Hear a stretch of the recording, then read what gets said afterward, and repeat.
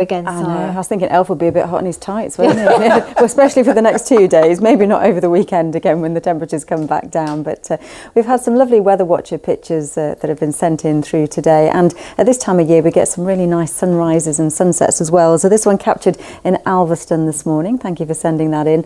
And it was a lovely day today. It was a little bit breezy with the westerly wind, but the skies were certainly quite bright. It was a nice sort of sunny afternoon. So, you know, again in Birstall, captured quite nicely by one of our weather watchers. So thank you. Now what we're starting to see through this evening, we have the clearer skies out there still overnight.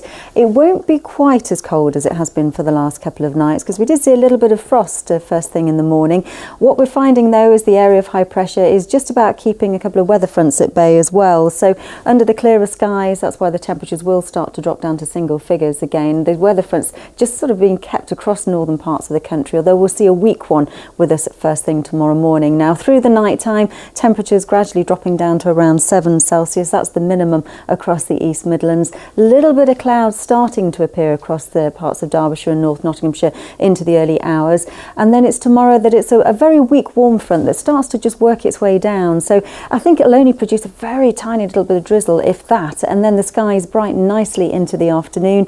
We hold on to the sunshine again, and where we had quite a brisk westerly wind today, it's the southwesterly for tomorrow. So the temperature's increasing in the region of 20 Celsius into tomorrow afternoon. Now it is going to be a little bit warmer on Thursday, but Wednesday night into Thursday we have a stronger chance of some mist and fog forming. There might be the odd patch around first thing tomorrow morning, but that will clear through the early part of Thursday morning. And then we have this cold front, and that's going to be the decider as to what the temperatures are going to do from Friday onwards. So the daytime temperature on Thursday quite close to 21, possibly even 22 Celsius, but turning cooler again by Friday.